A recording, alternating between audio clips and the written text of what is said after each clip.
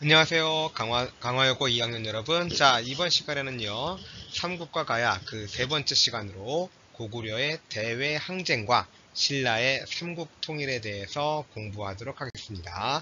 자, 이번 시간에 여러분들은요, 고구려와 수당의 전쟁 과정을 통해서 고구려가 민족의 방파제 역할을 했다라는 거, 이거를 기억을 하시기 바랍니다. 또한 신라 삼국 통일에 대한 역사적 한계와 의의를 동시에 파악할 수 있었으면 좋겠네요. 자, 먼저 동아시아 6세기 말에서 7세기 초 사이의 국제 정세에 대해서 살펴보도록 하겠습니다. 자, 여러분들 동아시아사 시간에 배웠듯이 남북조 시대의 분열과 혼란을 바로 이 수가 이제 통일을 하게 되는 것이죠. 자, 중국이 통일되었기 때문에 결국 동아시아에서 고구려와 이제 수당 사이에 이제 패권 다툼이 벌어지게 됩니다. 자연스럽게 돌골과 고구려, 백제, 외를 연결하는 남북 진영과 그 다음에 신라와 수당 사이에 동서진영 간의 대결 구도가 형성되게 되는 것이죠. 자, 이러한 상황 속에서 어떤 일들이 일어나는지 살펴보도록 할게요. 자, 이제 고구려와 수당의 전쟁은 피할 수 없는 일이 됐겠죠? 먼저 수가 침입을 하게 됩니다. 수양제는요, 113만 대군을 이끌고 쳐들어오지만 요동성 하나를 격파하지를 못합니다. 결국 30만의 별동대를 직접 평양으로 파병을 하게 되는데요.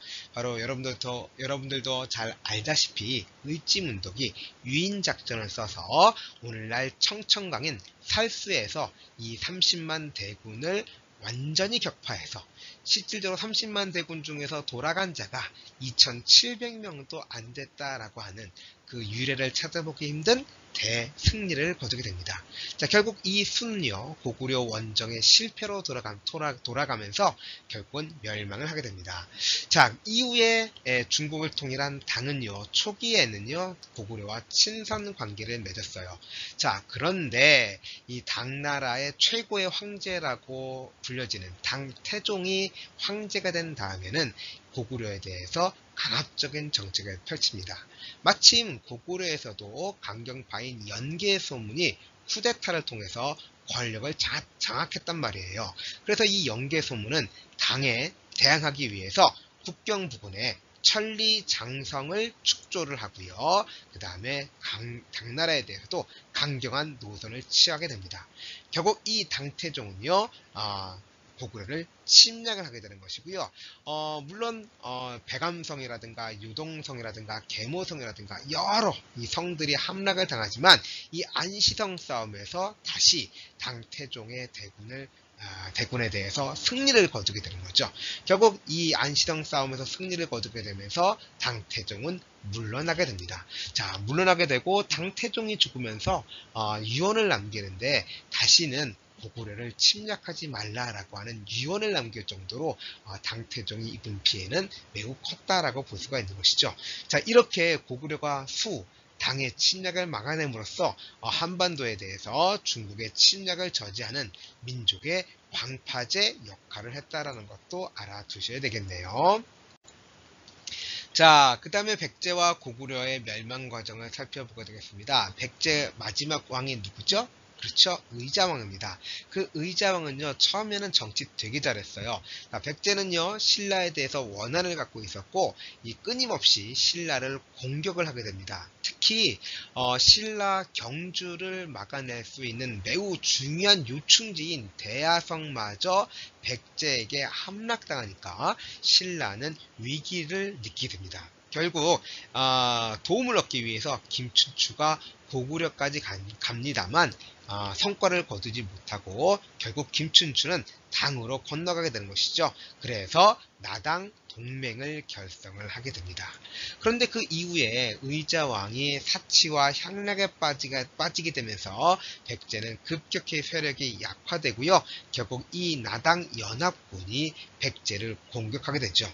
자, 백제 장군 계백이 매우 유명하죠. 계백이 분전했습니다만 결국 이 나당 연합군은요, 황산벌 싸움에서 백제의 5천 결사대를 격파하고 사비선까지 함락시킴으로써 결국 백제를 멸망시키게 됩니다. 한편 고구려 역시 수단과의 연이은 전쟁으로 인해서 국력을 소모되고 있었고, 특히 영계소문이 죽은 다음에 영계소문의 아들들 사이에 이제 정권 쟁탈전이 벌어지게 됩니다. 자, 이러한 지배층의 분열로 인해서 결국 고구려마저 나당 연합군에게 패배하게 되고 평양성이 함락되면서 결국 고구려는 멸망을 하게 됩니다. 자, 백제는 660년에 멸망했고요.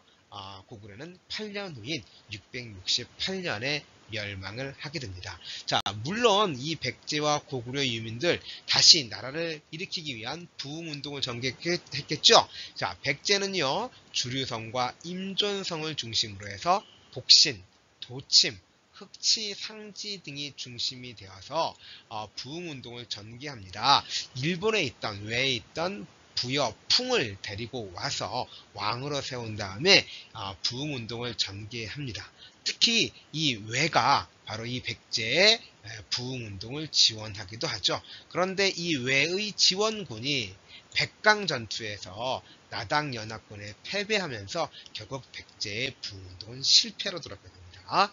자, 고구려 역시 그 황해도의 한성, 그 다음에 오골성을 중심으로 부흥운동을 전개합니다. 자, 안승과 건모점 등이 부흥운동을 전개하는데요.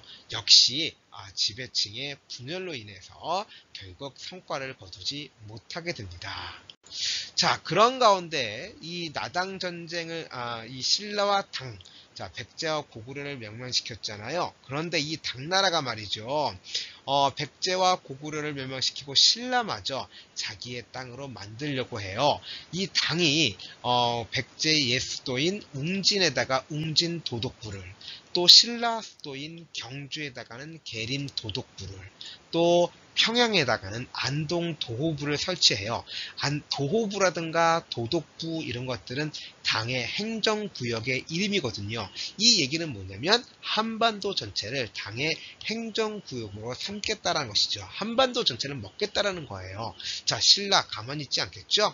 결국 신라는요, 백제와 고구려 유민과 협력해서 당과 전쟁을 벌이게 되죠. 나당 전쟁이 일어나게 된 겁니다.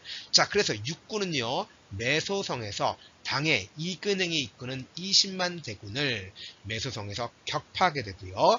서린기가 이끄는 당의 수군도 기벌포에서 승리하게 되면서 결국 당 세력을 한반도에서 완전히 축출하게 됩니다. 결국 676년 삼국통일을 완수를 하게 되는 것이죠. 자, 이러한 신라의 삼국통일은요, 앞서 얘기했듯이 당나라 군대를 무력으로 축출했기 때문에 자주적인 성격도 가지고 있습니다. 또한 고구려, 백제, 신라가 서로 다르게 발전하고 있던 이 문화가 신라의 삼국통일을 계기로 해서 하나로 통합이 되면서 우리나라 민족 문화의 기틀을 마련했다라는 점에서 우리는 역사적 의의를 살펴볼 수 있습니다. 그렇지만 이 신라가 삼국을 통일했지만 신라의 영토는 대동강 이남으로 축소가 되고 대동강 이북의 고구려 땅은 상실하게 되는 것이죠. 그러니까 불완전한 통일이에요. 대동강 이북의 땅을 날려버렸기 때문에 완전한 통일이 아니라 불완전한 통일이었다라고 하는 비판을 받을 수 있고요. 또한 당을 몰아내긴 했습니다만 통일 과정에서 당 세력에 의존했다라는 것도 꼭 알아두셔야 되겠죠. 당 세력에 의존했다는 것도 결국은 좀 외세 의존적인 성격이 있다는 것입니다. 따라서 이러한 것도 한계점으로 작용할 수 있지요. 자, 이렇게 해서 우리 신라의 삼국통일 그 긍정적인 면과 부정적인 면이 함께 있다는 것도 여러분들 좀 기억해 두도록 하시고요. 자, 이렇게 해서 마치고 다음 시간에는요, 이제 통일신라와 발해의 발전으로 들어가도록 하겠습니다. 수고 많으셨습니다. 수업 시간에 만나요. 안녕.